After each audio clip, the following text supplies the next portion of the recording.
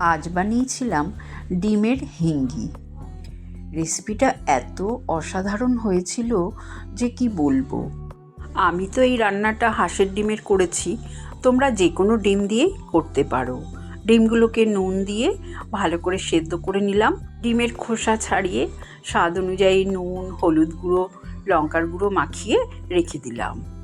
Mixing জারে আদা, tomato, কাঁচা লঙ্কা আর কিছুটা কাজু বাদামের পেস্ট করে নিলাম।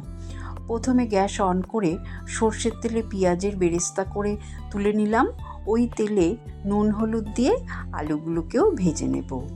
ডিমগুলো হালকা ভেজে তুলে ওই তেলের মধ্যে জিরে, তেজপাতা, শুকনো লঙ্কা ফোড়ন দিয়ে আদা, টমেটো, কাঁচা লঙ্কা, কাজু বাদামের পেস্ট দিয়ে দিলাম। গুঁড়ো মশলা, হলুদ, লঙ্কা, জিরে, অল্প একটু চিনি দিয়ে দিলাম। দিয়ে ভালো করে মশলা কষিয়ে ভেজে রাখা আলু, পরিমাণ মতন নুন দিয়ে কষিয়ে নেওয়ার পর ডিমগুলো দিয়ে দিলাম।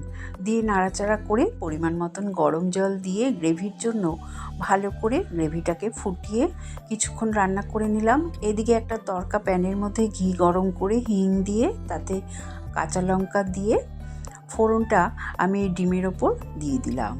ভেজে রাখা পেঁয়াজের বেরেস্তা দিয়ে গরম গরম নামিয়ে পরিবেশন করলাম। তোমরা একবার এভাবে ট্রাই করো, অসাধারণ লাগে।